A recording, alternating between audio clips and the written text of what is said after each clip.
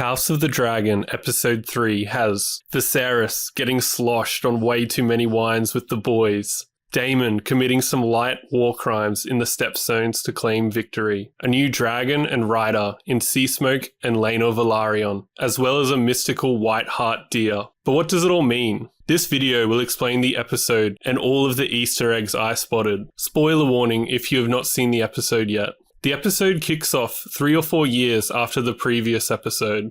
Alicent and Viserys now have a 2-year-old son, Aegon, and Alicent is well pregnant with their second child. Viserys struggles with assuring himself and the lords of the realm that Rhaenyra is not to be supplanted as heir.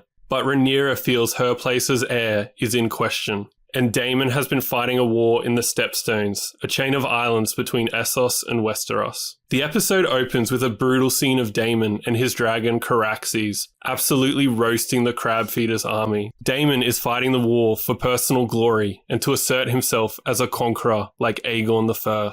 In the previous episode, Corlys enlisted the help of Daemon to reclaim the Stepstones. Corlys wants to stop the crab feeder, who has been capturing his ships and killing his crews. The Velaryons make their wealth through sea trade, so the situation in the Stepstones impacts him greatly. However, the situation has only grown worse over the years, as the crab feeder draws more strength to his cause. The whole reason Daemon wants to claim the Stepstones is to prove to his brother and everyone else that he is his own man, capable of conquering and claiming whatever he wants through the strength of his own back, just as Corlys had stated in the previous episode. Despite the strength of Daemon and Caraxes, later in the episode we are told that they are losing the war. It is here we meet a couple of new characters. Daemon Velaryon, Corlys' younger brother, as well as Rhaenyra Velaryon, Corlys and Rhaenys Targaryen's son. Rhaenyra is a dragon rider and rides the Mount Sea Smoke. It's not just the Targaryen name that enables one to claim a dragon, it's their blood. The blood of the dragon. The books hint at some kind of magical genetic link that enables those with blood of the dragon to bond with the beasts. This is also why Targaryens practice incest, to keep the genetic magic within their bloodline. So being half Targaryen enables Rhaenyra to claim Sea Smoke. As I said, the war is not going well. Daemon Velaryon believes that the reason they are losing the war is due to Daemon's feud with the Iron Throne, and thinks he is the reason that Viserys is not sending aid. Mutiny against Daemon seems to be on the menu. Daemon does nothing to help how the lords and the soldiers view him, swaggering in with his entitled attitude. He receives a letter from King Viserys, saying that he will come to Daemon's aid, providing soldiers, ships, and rations. Viserys offers this as an olive branch to repair the relationship between them, but this outrages Daemon, and he is dragged away after beating the messenger. Daemon feels a need to prove himself, and if he were to accept Viserys' help, it would not be his victory, but Viserys's. Daemon would rather die than see his victory overshadowed by his brother. So Daemon commits some light war crimes and surrenders under a false flag in an attempt to draw out the crab feeder and end the war. He single-handedly defeats a number of the crab feeder's men in a brutal manner, using the Valyrian steel sword Dark Sister, which was once the weapon of Rhaenyra Targaryen, one of Aegon the Conqueror's sister wives. After taking a couple of arrows, Daemon draws the enemy into the open, where they are torched by Rhaenyra and Sea Smoke. Daemon then chases down the crab feeder. We don't see the fight, but Daemon emerges from the caves carrying the corpse of the crab feeder and is covered head to toe in his blood.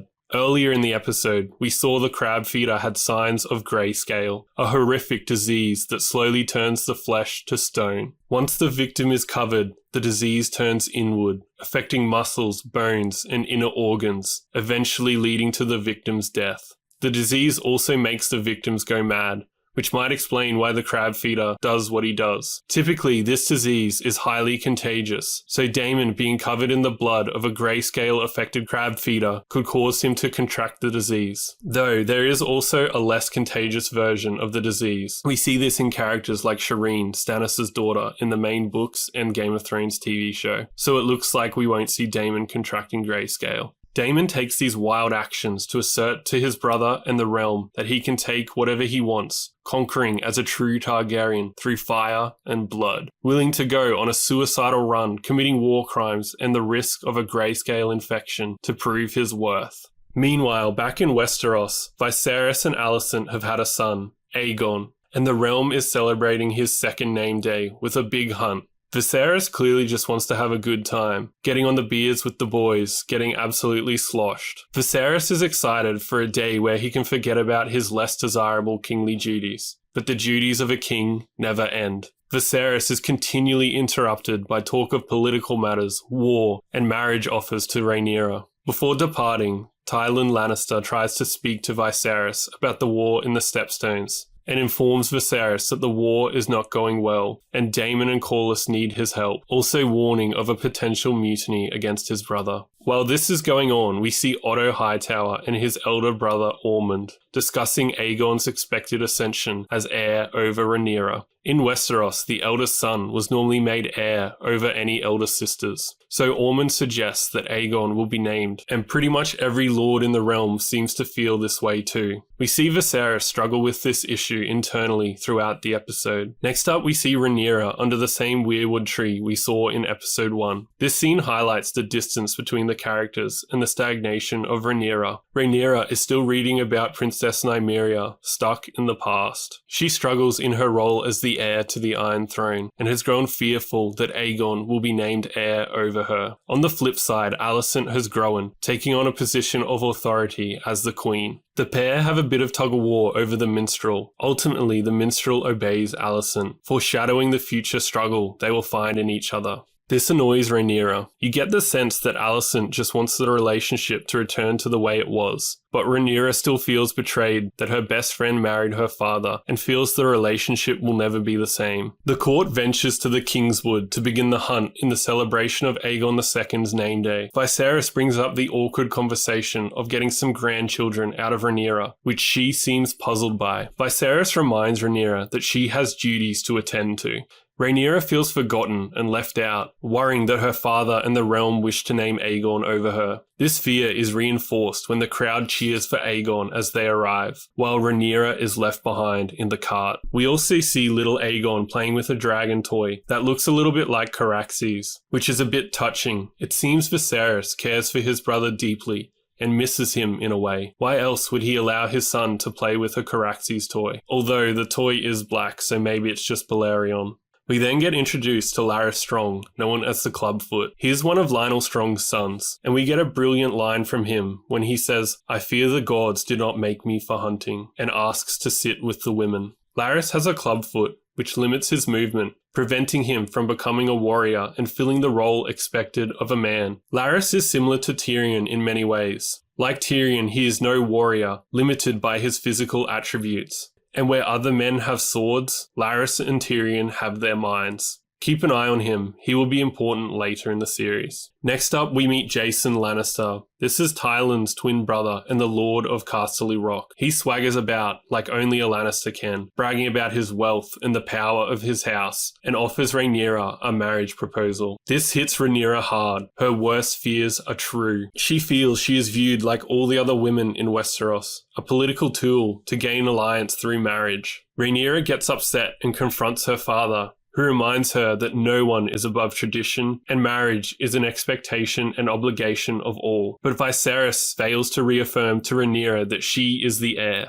The pair are interrupted by reports of a white hart deer, which in the real world was seen as an omen to represent royalty associated with the kingship. In House of the Dragon, they are known as the King of the Kingswood, and they also represent a similar idea, being seen as a magical omen symbolizing royalty. If the white hart deer were to be found on Aegon's name day, it would have acted as a sign to Viserys and the realm that Aegon was the true heir, chosen by the gods. We can see Viserys internally questioning his choice throughout the episode. Viserys is next seen getting wasted on wine. He is continually bothered by underlings trying to gain favour and political gain. Viserys gets infuriated with his duties and chastises Jason Lannister after he implies that Aegon is now the heir over Rhaenyra. Otto Hightower suggests a solution to the problem by betrothing Rhaenyra and Aegon. It would ensure no future civil wars between the pair and would act to further the magical properties of the blood of the dragon by keeping the bloodline consistent. But Viserys dismisses this due to the pair's age.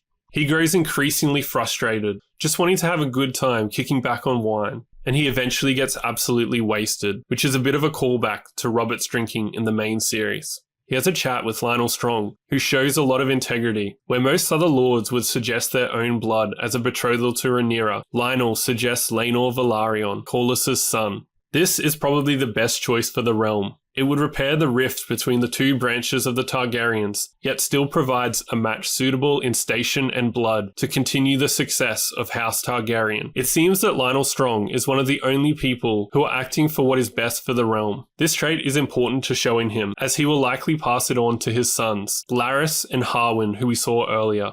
During the conversation, Viserys also names Lionel's son Harwin Breakbones, but this nickname is a bit of a jape. In the books, Harwin got his nickname after having his collarbone and elbow broken by Criston Cole in a tourney. Viserys then wanders off to the fire to have a deep and meaningful with Alicent, speaking of his dragon dreams, a form of prophetic dream that some members of House Targaryen experience. Often, these dreams are misinterpreted by the dreamer and almost always lead to their downfall. Viserys had a dream that convinced him with a blind faith that he would have a son, and this drove him to cause the death of Aemma Arryn, his first wife.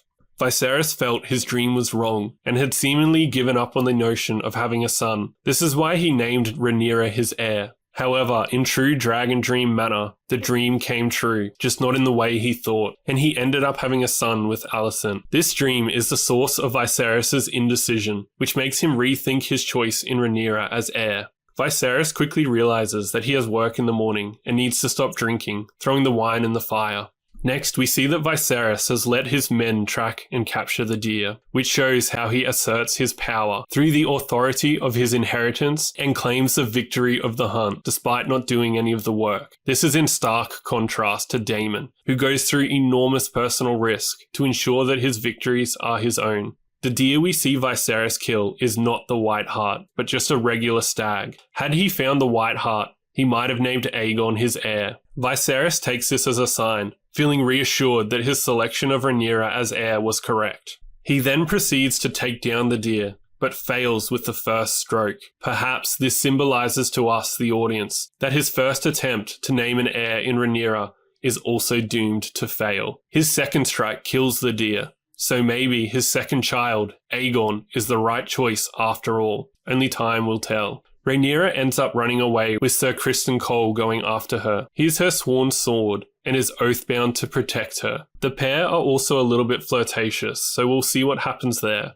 Rhaenyra manages to verbalize her fears about being supplanted as heir and her feeling of powerlessness, seeking reassurance through Criston, who manages to reassure her, stating that all he has he owes to her, implying that she is far from powerless. They also encounter a sneaky boar, which the pair defeat. Rhaenyra lets out her frustrations by continually stabbing the creature. This indicates that she is a bit of a hybrid between Daemon and Viserys. Like Viserys, she relies on the help of others and tradition. And like Daemon, she has an inner strength, being capable of fighting her own battles. The White Hart deer appears to Rhaenyra, symbolizing that she is the true heir. Where her father would have killed the deer, Rhaenyra lets it go, reinforcing the idea that she has the strength and will to make her own choices, not influenced by tradition, inheritance, or politics. When Rhaenyra returns to camp, there is a cheeky glance between her and Harwin Strong, Lionel's eldest son. Perhaps there will be something here in the future. Upon returning to King's Landing, we see Viserys has had 2 fingers amputated. In episode 2, we saw his initial wound, being a symbol of the king's choice to let wounds fester. The imagery of maggots feeding on Viserys' dying hand also visually demonstrates this theme of festering issues, as the maggots feed off the king in a similar way that his subjects feed off his weak will and indecision. Viserys is unable to resolve the political situations of remarriage, war, and everything Daemon has been up to, and is slowly being consumed by all of them. Just as with his hand, Viserys is unable to make the difficult decision to remove a finger to stop the corruption from spreading. In the same way he could not take decisive action, it seems that the corruption has spread and that amputation has come too late, meaning Viserys has left these festering wounds too long and foreshadows an ominous fate for him. It is also interesting to note that throughout the episode, while in public, Viserys left his gloves on his injured hand to ensure that the lords of the realm did not see his weakness. If you enjoyed this video, check out the other videos on my channel where I have breakdowns of the episodes, but also deeper dives into the lore of A Song of Ice and Fire. Well, that does it for the video. Thanks for watching.